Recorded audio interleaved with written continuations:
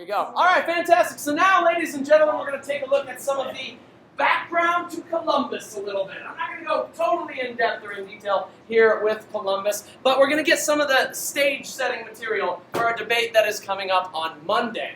Essentially, what we're going to be debating is, the guy's got a holiday on October the 12th. A holiday in America. Does he deserve it? Was he that good of a guy? Did he achieve that much? You can argue it either way. It's going to be up to you guys to argue it come Monday. But let's step back into 1491. The year before, Columbus will sail the ocean blue in 1492. Let's say it's 1491, and we are Europeans sitting on the west coast of Portugal, looking out at the sun setting over the ocean. Tell me what you know about that region. Tell me what you know about that realm, out to the west and the ocean. Yeah, very little, right? Because have we had anyone that we know of, really, that's been successful in going all the way out into the west and coming back alive? No, all right? There's very few individuals that we know of, and we'll go through some of those today. All right? Another thing, too, possibly, what'd you say? Oh, we'll fall off. There's some people that think we might fall off the earth. We'll see about that. All right? Other things that we know? Theologically, when we take a look at this time, 1491, when we take a look out in the west, we have a few ideas. First of all, some theologians, by the time of Columbus, believed still that there was this actual mountain of purgatory. All right? That purgatory was a place you could go and visit without dying. There's a mountain of purgatory somewhere out here in the west, in the ocean. It just pops up out of nowhere, and that's where souls go when they die before jumping into heaven. All right, so that was one theory that's been around for a while since the Middle Ages. Another theory is that since Adam and Eve, your ancestor and mine, got kicked out of where? Eden. They got kicked out of the Garden of Eden right about here, right? And so, since they got kicked out, maybe there's a new Eden somewhere out in the west. Has anyone found it yet? No, they haven't. Not that we know of. All right, so therefore, there are some early attempts, though. Was Columbus the first white guy from Europe to find North America? Yeah. True or false? Columbus was the first white guy to find North America. True! Who says true? False! And why do you say it's false? Definitely making it sound that way. Yes, very good. Believe everything I tell you. Okay, very good. So, Alec, you have something? One case in point, he carries him down first. Yes! See, this guy knows his history. Good man, Alec. Worthy of a high five. Yeah. All right. So there were, in fact, others that found North America before Columbus that we know of for sure. The problem is that they didn't stay there, and they didn't really write it down, because they didn't write much down. We'll talk about them in a minute. All right, but Columbus, the reason he's a big deal is he's the first white guy from Europe to go there, stay there, and leave his legacy there. All right, the rest only left a little bit of evidence behind. All right, so we've got a few examples here. Do we have any Irish in the building right now? Any Irish from here? No? Okay, so those of you that are Irish gotta love this guy, Saint Brendan. All right, Saint Brendan in the 9th century was a monk hanging out in Ireland, hanging out in his monastery. He was sitting there one day praying, quietly as monks do, and then suddenly God said, "Bam! Brendan, what's up?" I'm sorry, serious. All right, Brendan, what's up? I want you to go on a mission for me. I want you to build a boat that'll look kind of like this. And he described the dimensions. So I want you to get your monk buddies and get on that boat and bring your Bible with you and go and convert the natives that you will find out in the west. And Brandon was a little freaked out at the point. He's like, well, God, hold on, no one's done that yet.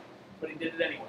All right, he did it anyway. So he got in his boat after making it with his monk buddies. They got in the boat, they took the Bible, they went and tried to convert some natives, and they found people. They found an island. He called it a blessed island with green vegetation. He also encountered a number of people that didn't speak his language and that were therefore rather difficult to convert. And they found a number of strange beasts, hairy, horned beasts. All right, and so they found these things, and then he went back to Ireland and told people about it. All right, so is this a big deal? What did he find? Maybe. Huh?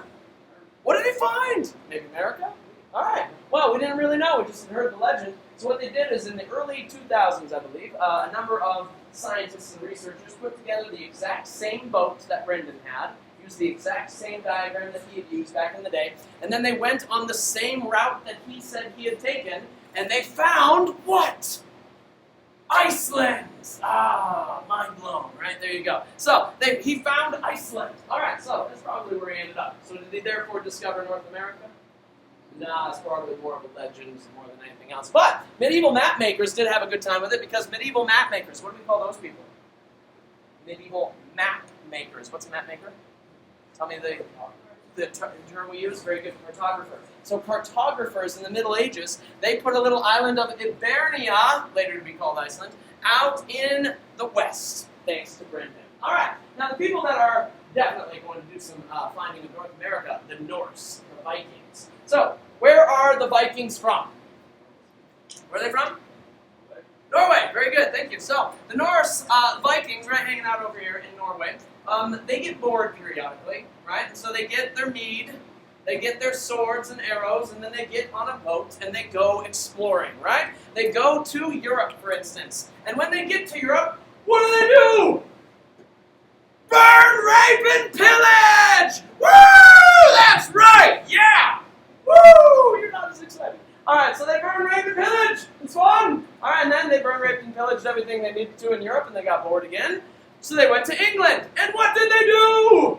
Oh, come on! Be Viking for me! What did they do? Burn, rape, and pillage! Yes! Alright, thank you, Alec. They burned, raped, and pillaged.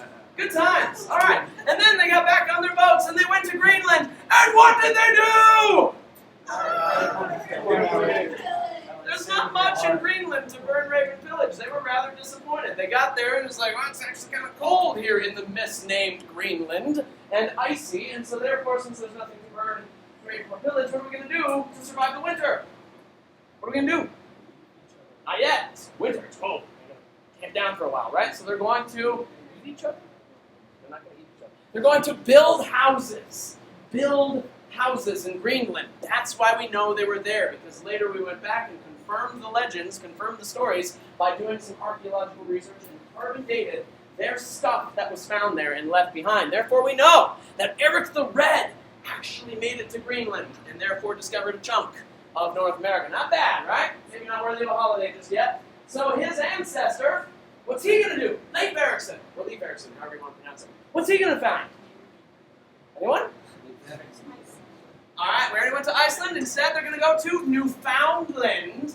Later, maybe a little bit in Canada as well. There's a potential. They went even further south into modern-day America. So that's exciting. And when they got there, there wasn't much to burn, rape, or pillage again. And so they decided to what for the winter? Camp out, build some stuff. They made a little colony. They built some stuff that has been found, and therefore, who discovered North America for sure? Concrete historical evidence suggests that the who? Leif Erikson, exactly. So who deserves a holiday?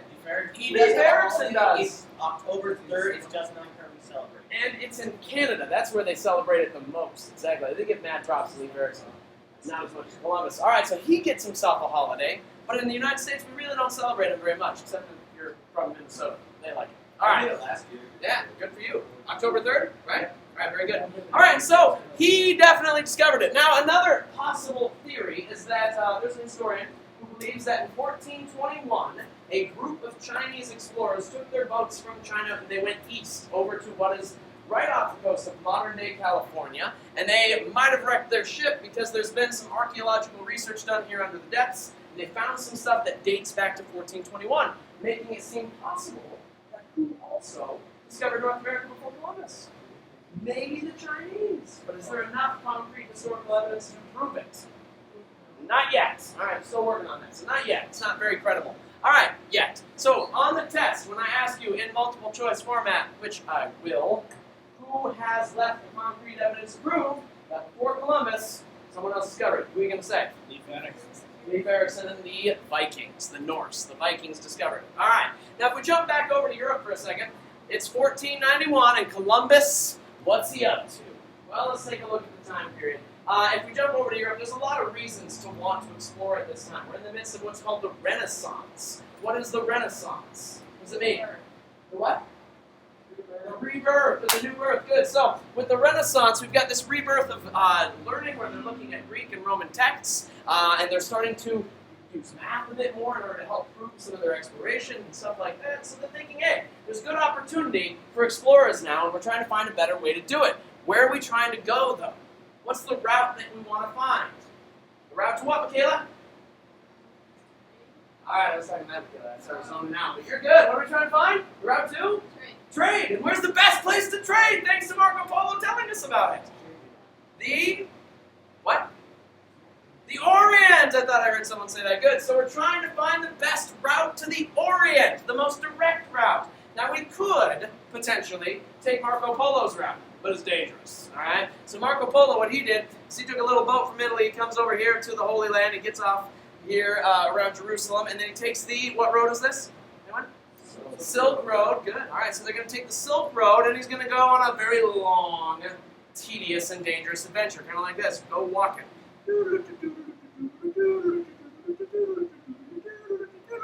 Oh! Finally makes it to the Orient. When he gets there, what's he going to find? What's he going to find? Huh? Spices! Yes! We're going to find spices, which are totally worth a several thousand-mile journey that could kill me. Right? Totally worth it for those spices. Paprika. I am done. Alright? Okay, cinnamon. Alright, what else am I going to find in the Orient, though? Alright, silk! Again, totally worth a several thousand-mile trip in order to find some silks. Am I right? I don't know, maybe. If you look at the time period and look at the living conditions of Europeans, those that got a little extra money, they're willing to invest in fine products. Alright, we've got Michael here. Michael lives in a dank pit of despair called a castle. He lives in a dank pit of despair called a castle, right? And so he eats unflavored food. Your only really, prevalent spice at this time is what? For your meat? Salt. All right, so you got a lot of salt. So Michael's eating salted meat, and he's living in a dank pit of despair. How can we jazz it up a little? How can we make life more interesting for Michael? What do you think, Michael? What do you put on your walls in your dank pit of despair? Silk and tapestries, and you heard from Marco Polo, they got it in the Orient. All right, and then how can you flavor your meat? Spices from the Orient! And are you the only person who's interested in these wineries? Yes, so there's an open market. If you can get there and get the stuff. What's the count? 24. 38. Put the extra on my desk. Ice cream. 3, 7, 10, 14. You want to distribute, Mr. Sharp? While I go through my example? 25, 27. Okay. Thanks. You guys, thanks for the great start. Thank you. Thank My you. party's- My party's.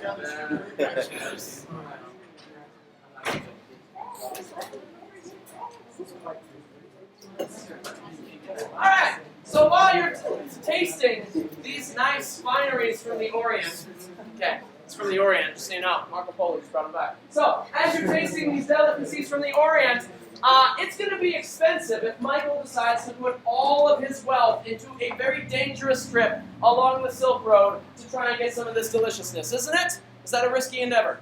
Yeah. Yes. So how can you make it less risky, Michael? Paying someone else to do it. Then you don't die. That's nice. What else can you do to make it so you don't have to pay so much? You can get, did they get criminals? All right, so that's true. You can hire criminals to become conquistadors for you, but what else can you do? Find other people to invest, right? So who wants to invest in this adventure? Rich people. Aubrey, you feeling it? Woo! All right, you got an investor. Who else? Shay, you feeling it? Woo! That was pretty good. All right, so you're feeling it. So we've got more investors now. What is that called when we try and decrease the risk by adding more investors? A what? What's it called? Clay, you're seeing it? Corporation. Thank you, Clay. So we're going to get corporations moving here to try and find that route to the Orient. So everyone during Columbus's time is competing to find that route to the Orient. All right? Now, another thing that's a motivation here is just exploration. People have got this in their blood. They want this so bad, like Columbus, trying to find his route to the Orient. And then there's greed, conquest, and slavery. All right, so Columbus was working for a country at this time called Portugal, and Portugal had made their empire by going into Africa. And what did they build their empire upon? How did they make a lot of money? Slavery. Slavery. So Portugal is going to go into Africa and make an empire in slavery. So they're making some serious cash. Columbus is ready to get in on that, plus he's working for the Portuguese, so he's going to try and find them another way to make money. All right, so Renaissance geography is going to play a role here too, because true or false, if I am an educated European at this time, Do I believe the earth is flat? Who says true? Educated European thinks the world is flat. Who says false? False is correct! Yes! All right, you know why? Okay, so a guy by the name of Pythagoras. You heard of him before? Yeah, he's an ancient Greek. He was a mathematician. Pythagoras, the Pythagorean theorem. He's going to be the guy who in the 6th century BC will use his theorems to help theorize the sphericity of the globe. So he's going to use math to prove that the globe is not flat, but what? It's round. All right, so that is a myth. If anyone's ever told you that Columbus was trying to prove that the earth was not flat, they're liars. Or they don't know. All right, very good. Everybody get your fine Oriental ice cream? Yes, very good. Fantastic. All right, so Pythagoras is out there. His knowledge is out there. Another one, too, is we've got progress in navigation and shipping, such as the magnetic compass. Why is it important? Because what? There you go. How would we do it without a magnetic compass? The stars. Yes. All right, so we're going to map the stars. That's how they've done it for centuries. Does that sound kind of hard? Anyone? Yeah. All right, you take the GPS on your phone a little bit for granted, maybe, because it's kind of hard to map the stars, especially if there's, clouds or that kind of thing. So imagine if you're Columbus and you're on your boat and you go just barely the wrong direction for a day. What's going to happen? Just barely the wrong direction for a day. You're way off track. Exactly. Not going to work real well. All right? And so another one that we've got at this time that's helping Columbus is the astrolabe, which will help him determine latitudinal lines, and later longitudinal lines will be discovered here as well. And then finally, the next thing is sea journals. All right, now sea journals were critical at this time because every government that was into shipping, like Portugal, who Columbus was working for, was having their captains keep very detailed records of everywhere that they were going so that they knew if they found the route to the Orient, they would have the key to finding it again, right? So, very detailed records. Now, fun little fact about Columbus, when he was working for Portugal, he went before the king and queen of Portugal and suggested a route directly out into the west. Why is this dangerous? Going directly out into the west. We don't know what's out there, and obviously there's sea dragons out there that are going to kill you. Right? And pirates. So, that's not going to work. We don't know what's going to happen there. He said he can do it in 3 weeks! Does that sound crazy? He will find the route to the Orient in 3 weeks! Who knows how he got his numbers, but that's what he told the king and queen. What'd they tell him? In Portugal, what'd they tell him? Nay. You're crazy. Nay, exactly. So they turned him down. All right, and so instead, where's he going to go? Spain. He's going to talk to King Ferdinand and Queen Isabella. But what do you think he's going to steal from Portugal before he goes? The sea logs, the sea journals. Is that kind of dirty? Stealing top secret documents before you go and talk to another foreign power? A little bit dirty. Little bit. This guy's kind of a jerk face. All right. And then once he gets going, though, he's going to go talk to the Spanish king and queen. He's going to promise them Asian riches, untold riches, because Marco Polo told us it's possible, but he's going to find a better and safer way to do it. And how long will it take him? 3 weeks, he says. All right, so he will convince Ferdinand and Isabella of Spain that this is a good thing, primarily because he made a big promise. He said, when I go out into the New World, not only will it not take me very long, but second, I'm going to bring you your two favorite things. Gold, because everybody likes gold, and Christians. You see, Ferdinand and Isabella, they were big fans of converting the heathens, right, as they like to call them. So they wanted to convert the heathens, and so when they thought they converted heathens, it made them more like saints. So he told them, I'm going to get you gold, and I'm going to bring back Christians, which will then make them what? So they think. What will that make Ferdinand and Isabella? Saints. That's what he's hoping. All right, so gold and Christianity sound pretty good to them. They're going to go along with it. It's going to take not 3 weeks. Instead, what they're going to do is go here to the Cape Verde Islands. Then he and his crew will take off into the unknown at that point. The 3-week mark will pass. Then it'll hit 4 weeks. And just early in the 5th week, how's the crew feeling at that point? Thinking they're all going to get killed by some kind of sea dragon. What do you think? How are they feeling at that point? Lost on the big ocean. Are you happy? Pretty upset? Absolutely. What do crews do to their captains when they're mad at them? Oh, mutiny. Mutiny! Yes! And so Columbus's crew started removing their swords from their scabbards, getting ready for the mutiny. And then Columbus said, whoa! Hold on, guys. Give me 3 more days. Just 3 more days. And then if we don't sight land, you can take me in chains back to Spain as your prisoner. And so they waited. 3 days passed. On the morning of the third day, just after 4 in the morning, the man standing in the crow's nest was looking out over the morning fog, and he said, Tierra! Tierra! Which means land! Yes, he's pretty excited at this point, because the king and queen of Spain had told the guys that the first one who sights land gets a cash reward. So this guy comes down from the crow's nest, everybody's patting him on the back, they're all saying, yeah, you get the money. And then Columbus comes up from below deck and says, oh wait guys, I actually already saw it, I just didn't want to tell anybody, so I'm going to get cash. What a cool dude. What a cool dude, right? Yeah, genius. Okay, good. All right, good businessman, maybe. All right, so once he gets to this region, we call it the Caribbean today. They called it the West Indies at one point because where did he think he was? India, very good. But that's not what he called it initially. Instead, he called it Hispaniola. Write that down. Hispaniola is what he called this region right here of modern-day Caribbean. All right, so he is going to take over this land. There's approximately 4,000 native inhabitants living in Hispaniola, and he is going to have some very important views of them when he gets there. First of all, he's going to call them Los Indios, again, because he thought he was in the Indies. Secondly, he's going to write in his diary and then send letters back to the king and queen of Spain later, saying that with only 50 men, these 4,000 native peoples could be subjugated and compelled to do anything one wishes. He also told them, and told his diary, that these people are to be ruled and set to work. And finally, he said they are to adopt our customs. What's his plan? Enslavement. Enslavement. He's planning to enslave. All right, and so as a man of his time, many people were thinking the same thing. The Portuguese were making a fortune from enslavement, and Columbus, what he will do is take a handful of these native peoples from Hispaniola, go back to Spain, and tell the king and queen, this is what I found, and say, hey, I've got these heathens that I converted to Christianity by throwing some holy water on them, and now I'm going to go back and find gold. So, mission accomplished, essentially, right? Well, does he ever believe that he actually found a new continent? Will he ever believe that? No, he will not. All right. In fact, he's going to think that he still was in either India or China. Meanwhile, between Portugal and Spain, how do you think Portugal is feeling now that their guy that was supposed to be working for them just found something really cool and profitable? Not happy. So it was looking like war.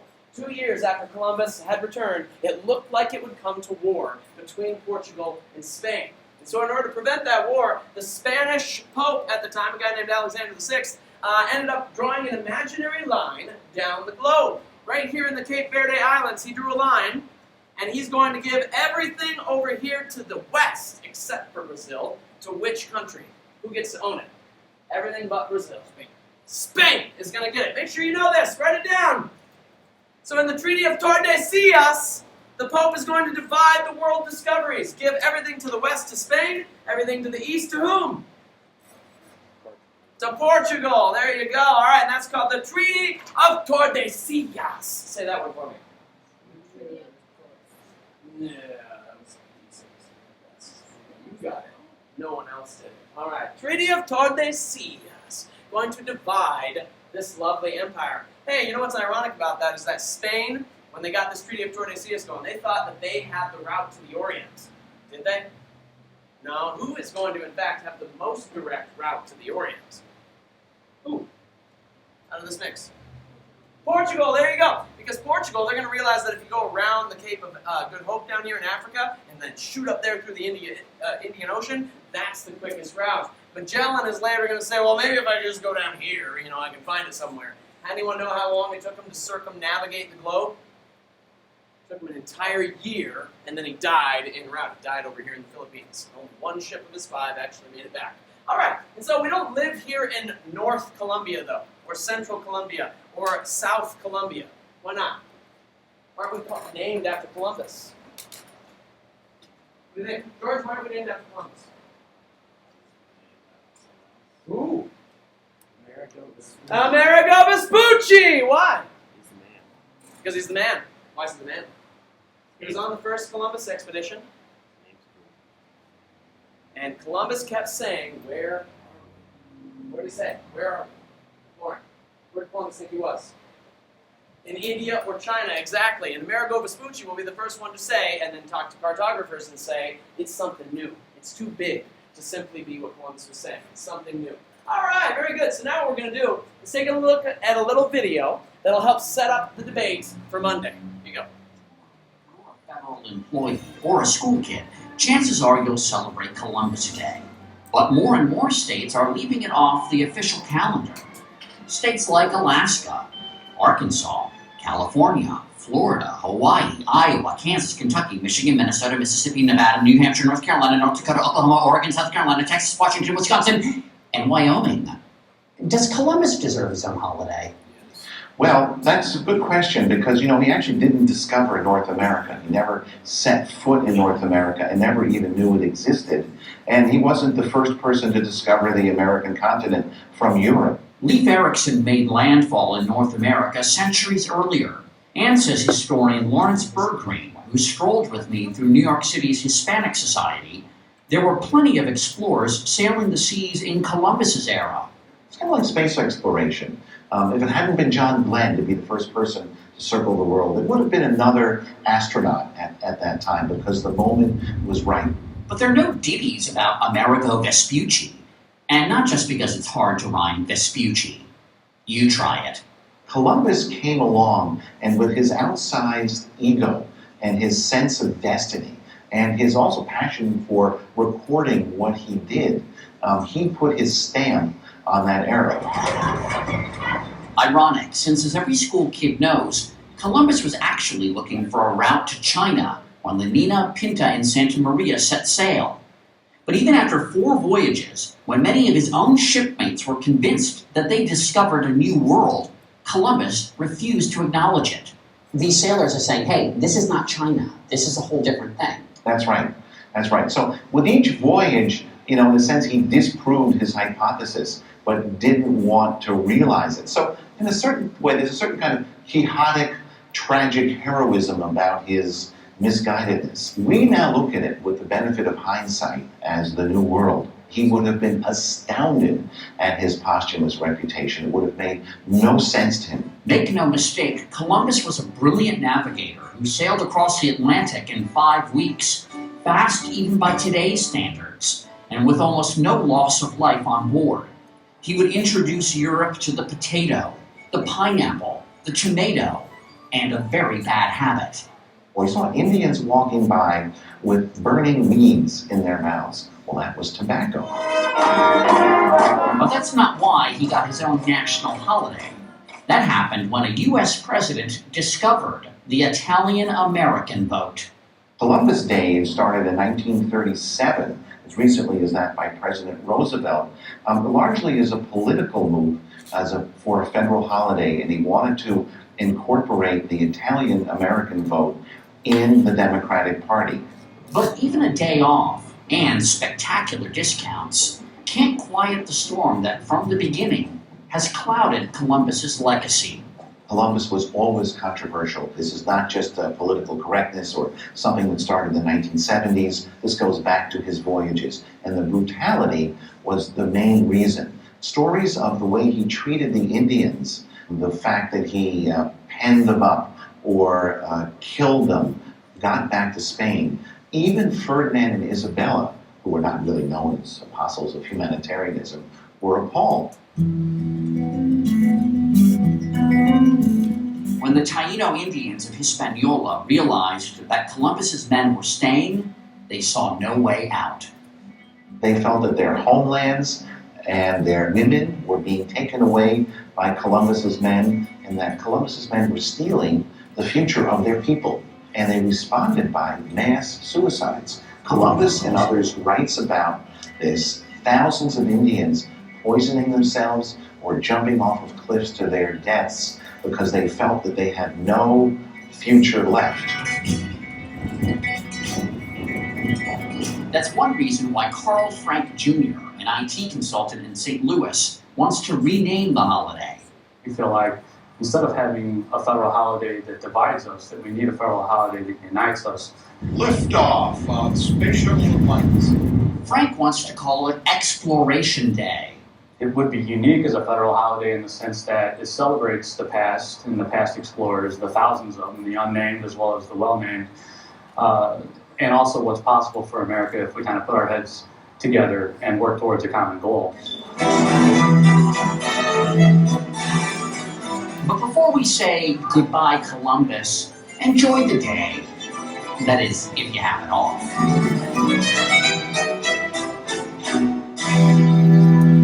All right. So how many of you are loving Columbus right now?